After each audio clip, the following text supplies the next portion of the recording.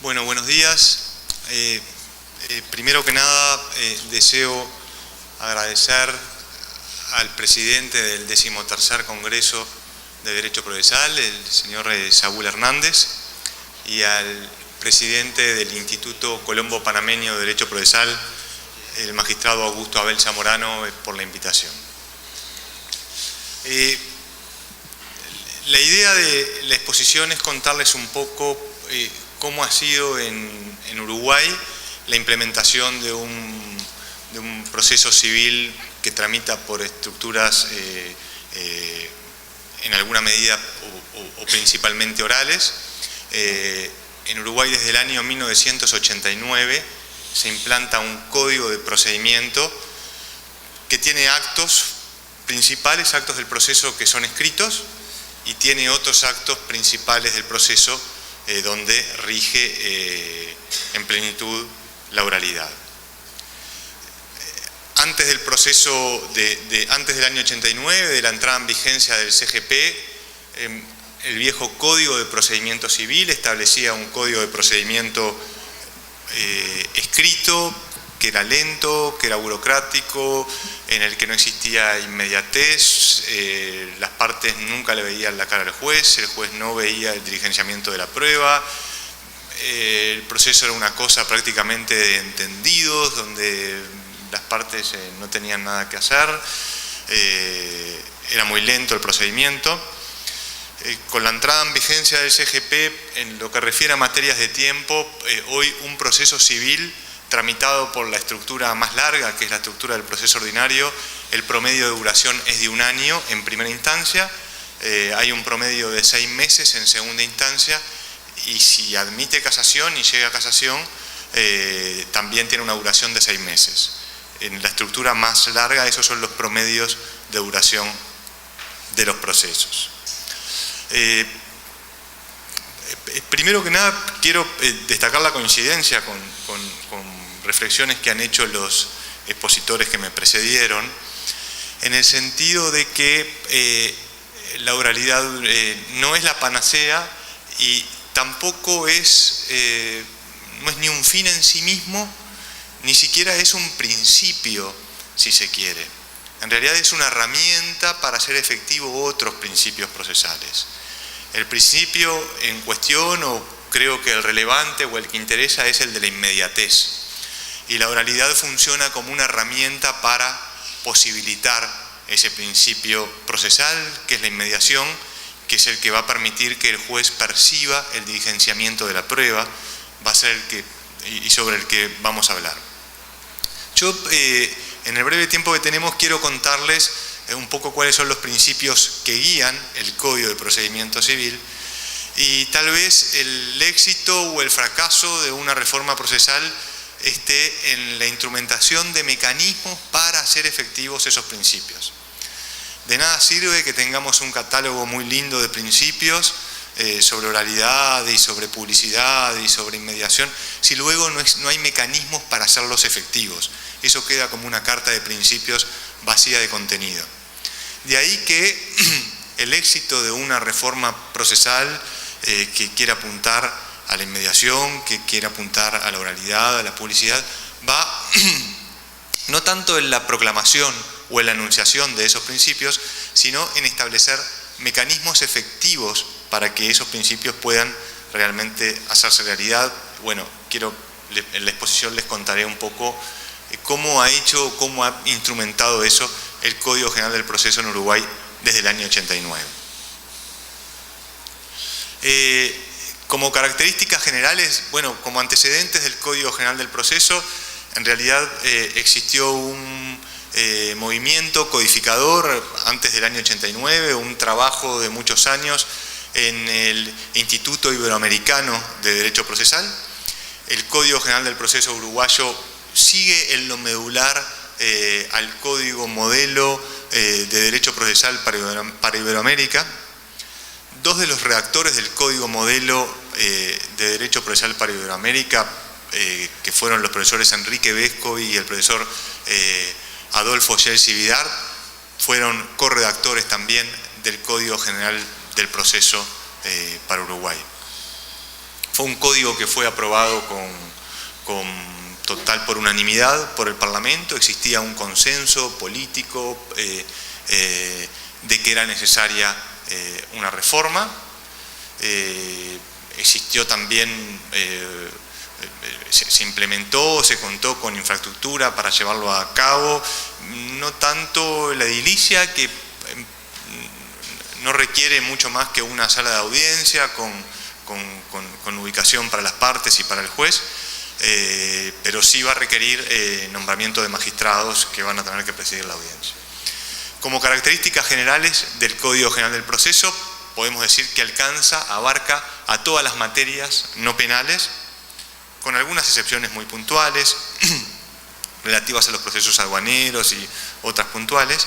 En general, tramitan por el Código General del Proceso todas las pretensiones que no sean penales, de naturaleza civil, de naturaleza laboral, de naturaleza de familia. Se procuró simplificar las estructuras procesales. En el viejo Código de Procedimiento Civil existían múltiples estructuras procesales para distintas pretensiones. Actualmente existen en lo medular 3 grandes estructuras procesales. Una es la del proceso ordinario, que es el del proceso de mayores garantías. Luego un proceso de una estructura más abreviada, que es el proceso extraordinario. Y luego el proceso monitorio, que es un proceso sumario sobre el cual se estuvo exponiendo ayer en este congreso.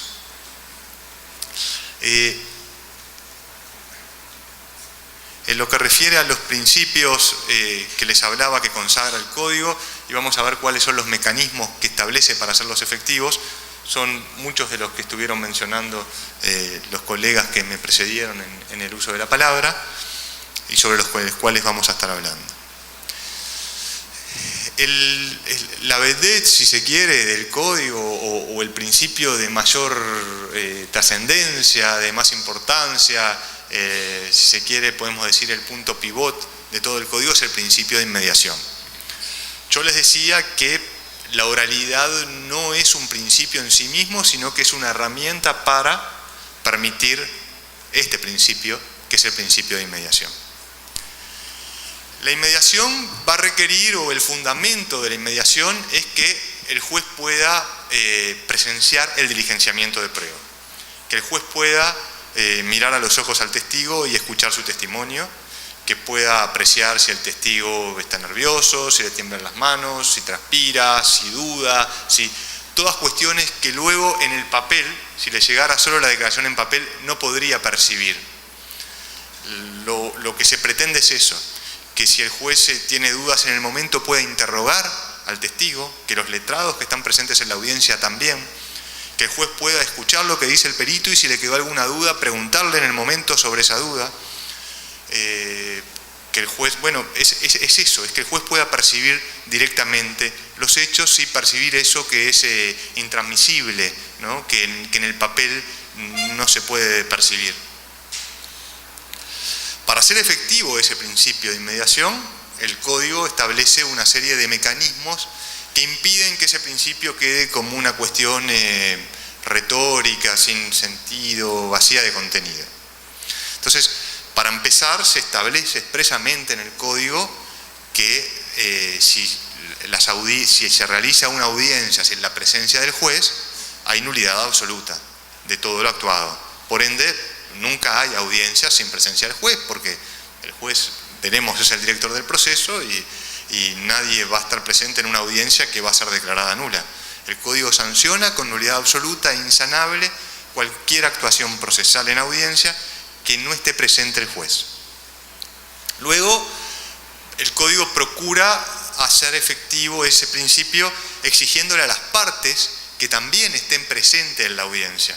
Requiere un compromiso no solamente de los magistrados, sino que requiere un compromiso de las partes, de los letrados. A esos efectos se dispone que es preceptiva la presencia de las partes, personas físicas, las personas jurídicas tienen que asistir debidamente representadas, y si no comparece la parte a la audiencia, el código opta por una solución legislativa muy drástica. Si no comparece el actor, la sanción es el desistimiento de su pretensión. Es una sanción gravísima, porque ni siquiera es que perdió, que se lo tiene por desistido del proceso, que se dispone el archivo y luego puede iniciarlo. No, la sanción es el desistimiento de su pretensión, lo que implica que luego no puede volver a iniciar ese juicio. La sanción es de una gravedad brutal y ha llevado a que los hechos sean pocas y sean excepcionales las hipótesis en las que la parte persona física no comparece, porque la sanción es gravísima. Por supuesto que se puede justificar la incomparecencia por alguna razón especial, pero inicialmente el juez, si no comparece la parte, la tendrá por desistida de su pretensión. Luego el letrado, a través de los recursos, a través de un recurso de reposición, de apelación, dirá, bueno, no pude asistir porque hubo una razón especial, no sé, tuvo un accidente de tránsito, presenta el comprobante, había una razón de enfermedad, presentará el certificado médico. Se evaluará y el juez hará lugar o no a la razón y eventualmente se decidirá en apelación. Pero como mecanismo para ser efectivo, para lograr la presencia de las partes, se dice, bueno, usted persona física tiene que comparecer y si no comparece, el actor se lo tiene por desistido de su pretensión. Esto, claro está, tiene excepciones cuando se discuten cuestiones que refieren a derechos indisponibles, ahí no se aplica, la sanción no es tan grave, ahí el desistimiento es del proceso, no de la pretensión. Ahí la persona, ese proceso no puede continuarlo, pero puede iniciar otro.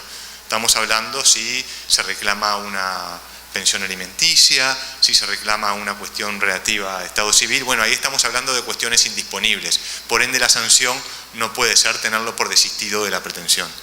Pero si son cuestiones puramente económicas, por ejemplo, sí, se lo tiene por desistido de la pretensión.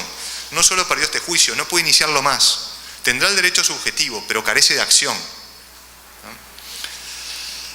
La sanción para el actor, dijimos, es esa. La sanción para el demandado es distinta. La sanción para el demandado que no comparece a la audiencia es que se tienen por admitidos los hechos alegados por el actor. También es una sanción gravísima. Esta sanción hay que aplicarla mesuradamente y hay que distinguir lo que son hechos y lo que es derecho. Supongamos que en la demanda se reclama, si hablamos en materia civil, una demanda de daños y perjuicios por $100.000 por un accidente de tránsito. No comparece el demandado a la audiencia preliminar, comparece el actor. ¿Esto implica que el juez tenga que fallar dándole razón al actor, diciendo que hay que abonarle los $100.000 que reclama? No.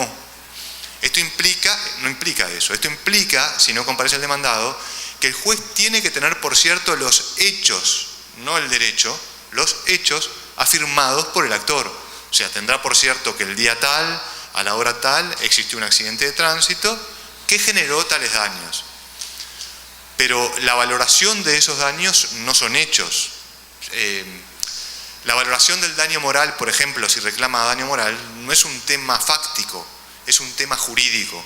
Los temas que son jurídicos, ahí no rige la regla de admisión. Es la primera disquisición que hay que hacer. De todos modos, la sanción es grave. Si no comparece el demandado, se tienen por cierto los hechos afirmados por el actor. Eso para la primera audiencia, que es la audiencia preliminar. El Código de Procedimiento Civil no lo decía, yo hoy les decía, hay actos que son eminentemente escritos y hay actos que son orales, verbales. La demanda se realiza por escrito, la contestación de demanda se realiza por escrito. Presentada la demanda con todos los hechos alegados y con toda la prueba, se da traslado al demandado, el demandado contesta, controvierte, ofrece prueba y ahí se convoca la audiencia preliminar con los dos actos de proposición presentados. En esa audiencia preliminar, que es la primera audiencia, es donde rige esta sanción por incomparecencia. Luego hay audiencias de prueba, que son las que siguen a la preliminar, y ahí, si no se comparece a la audiencia complementaria de prueba, existen presunciones relativas en contra, pero no las sanciones tan drásticas que veíamos para la audiencia preliminar. Como otros mecanismos para hacer efectiva también la inmediación, vemos que se confiere al tribunal las facultades de dirigir el proceso.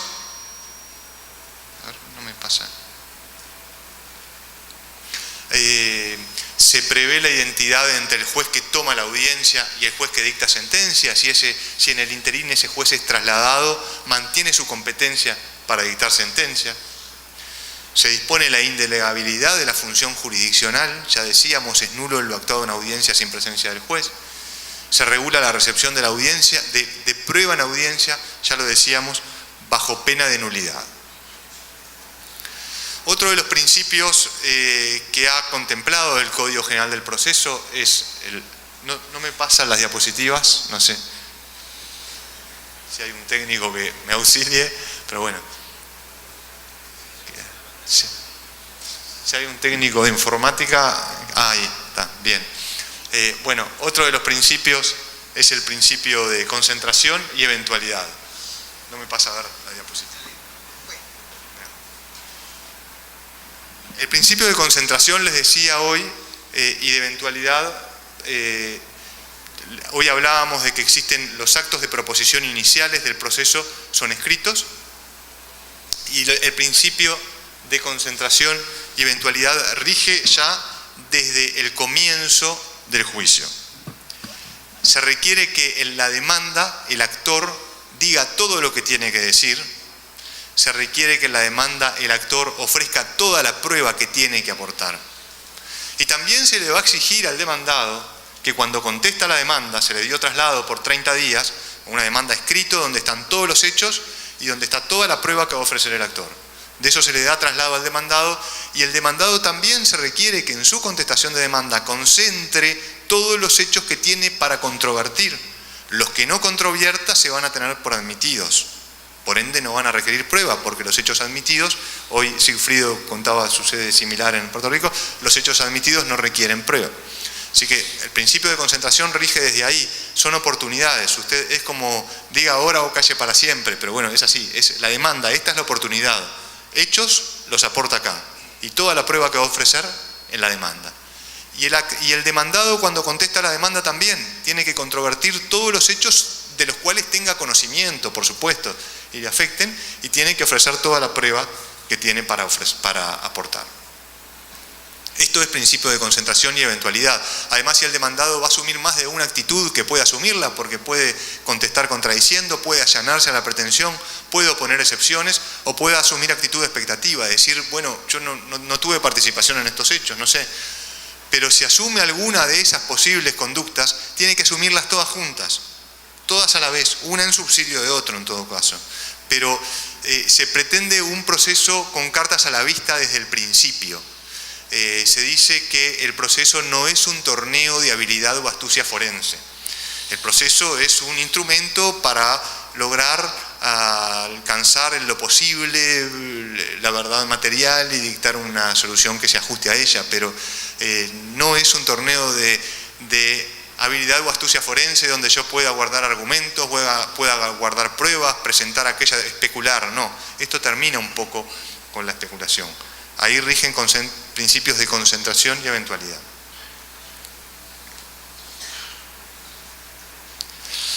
También, como una aplicación del principio de concentración y de eventualidad, decíamos que la audiencia preliminar, que es esa audiencia que se convoca luego de que se presentó la demanda por escrito con toda la prueba, se presentó la contestación de demanda por escrito y con toda la prueba, se convoca a una audiencia preliminar.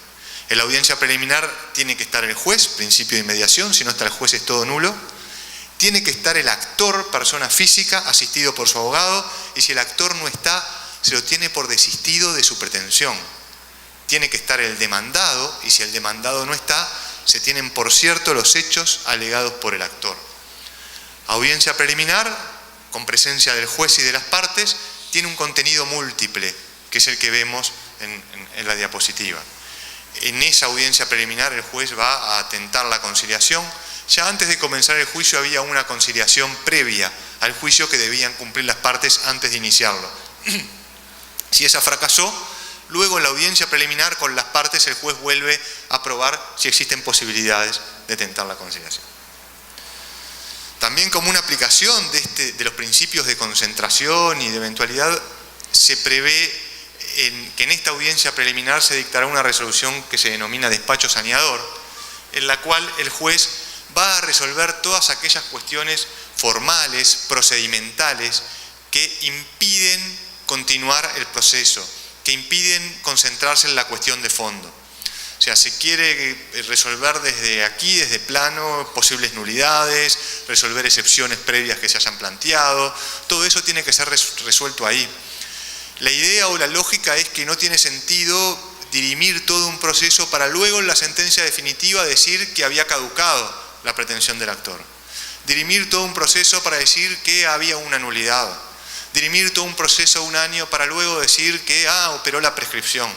O luego del año decir que había falta de representación. No, eso tiene que decirse acá, en la audiencia preliminar, y tiene que resolverse ahí, en el despacho saneador. Todas esas cuestiones. Que van a admitir impugnación, por supuesto, apelación, que como veremos, de regla tendrá efecto diferido. En esta audiencia preliminar, el tribunal, con las partes presentes, va a fijar el objeto del proceso y el objeto de la prueba. El objeto del proceso que fija el juez es lo que hay que resolver en el juicio. Cuando el juez fija el objeto del proceso, dice, bueno, ¿qué es lo que tengo que resolver en este juicio? Bueno, y lo va a determinar, lo va a pasar en palabras, y en diálogo con las partes van a fijar el objeto del proceso, lo que hay que resolver en ese juicio. También se va a delimitar en esa audiencia preliminar el objeto de la prueba, que no es otra cosa que qué es lo que tengo que probar para resolver aquello. Objeto del proceso, qué es lo que tengo que resolver en el juicio. Objeto de la prueba es qué tengo que probar para resolver aquello. Ese va a ser el objeto de la prueba, que se va a fijar en la audiencia en forma dialogal con las partes que están presentes y con sus abogados. Luego pasa en esa audiencia a la etapa de admisión de los medios probatorios. Ahí el juez ya va a pensar, bueno, hemos visto cuál es el objeto del proceso, o sea, qué es lo que hay que resolver en este juicio, el objeto de la prueba, qué hay que probar para resolver aquello, y luego se va a pronunciar sobre los medios de prueba, con qué o qué medios de prueba vamos a utilizar para probar eso. Entonces ahí estará a toda la prueba que ofreció la parte, el actor en su demanda, y a toda la prueba que ofreció el demandado en la contestación. Ahí el juez va a evaluar la admisibilidad de la prueba, esto es su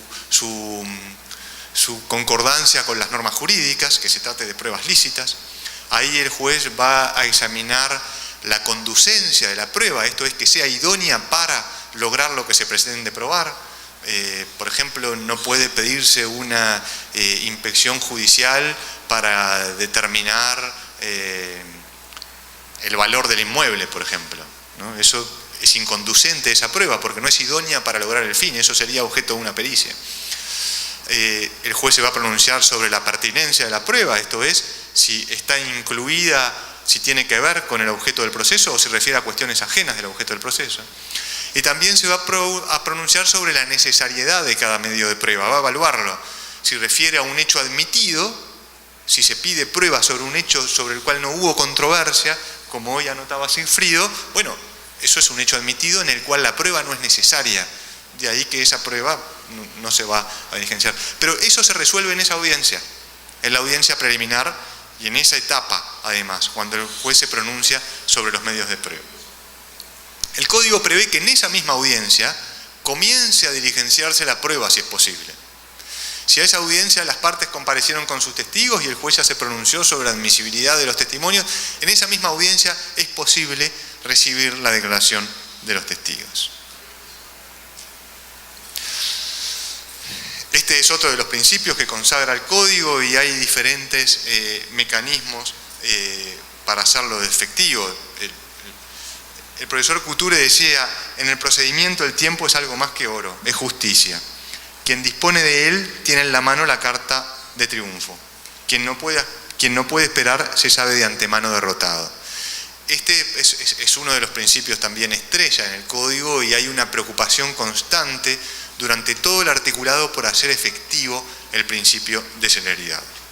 Todos los plazos que prevé el Código General del Proceso son perentorios y son improrrogables.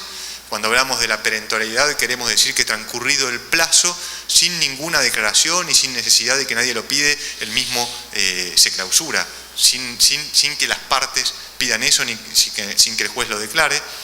Decimos que es improrrogable en la medida de que el magistrado tampoco puede alargar o extender ese plazo. El plazo transcurre y finalizó. Rige el principio de impulso de oficio una vez iniciado el proceso, y aun cuando rige en el proceso civil el principio dispositivo, una vez iniciado el proceso, el juez debe tomar todas las medidas tendientes a evitar que se paralice. Rige también la aprehensión de la instancia. Es un instituto que, transcurrido un plazo determinado, no solo decae una facultad, sino que decae en todas las facultades por inactividad de las partes. Existe el principio de preclusión, establece que hay etapas para cada una de las cuestiones y todas deben cumplirse en sus etapas. Tiene que establecerse un régimen eficiente de notificaciones. La regla general es el principio de notificación en audiencia.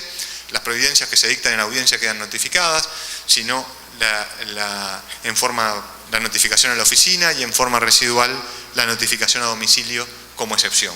Esto además se puede complementar, como existe en Uruguay, con un régimen de notificación electrónica, donde las partes tienen la carga de constituir domicilio electrónico y se les notifica en su casilla de correo en domicilio electrónico. Los incidentes que se presentan durante el proceso tienen efecto no suspensivo.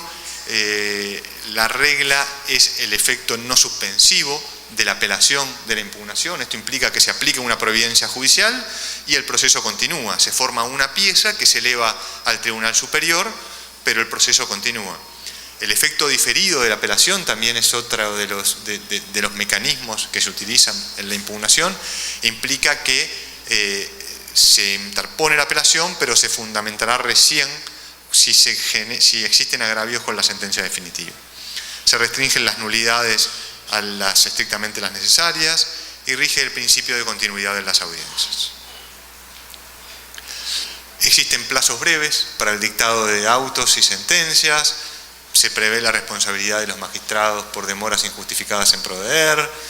Existen multas por aplazos. El mecanismo de la decisión anticipada es una herramienta valiosa también para dictar resoluciones en órganos de segunda instancia cuando existe jurisprudencia del tribunal prescindiendo del trámite dado.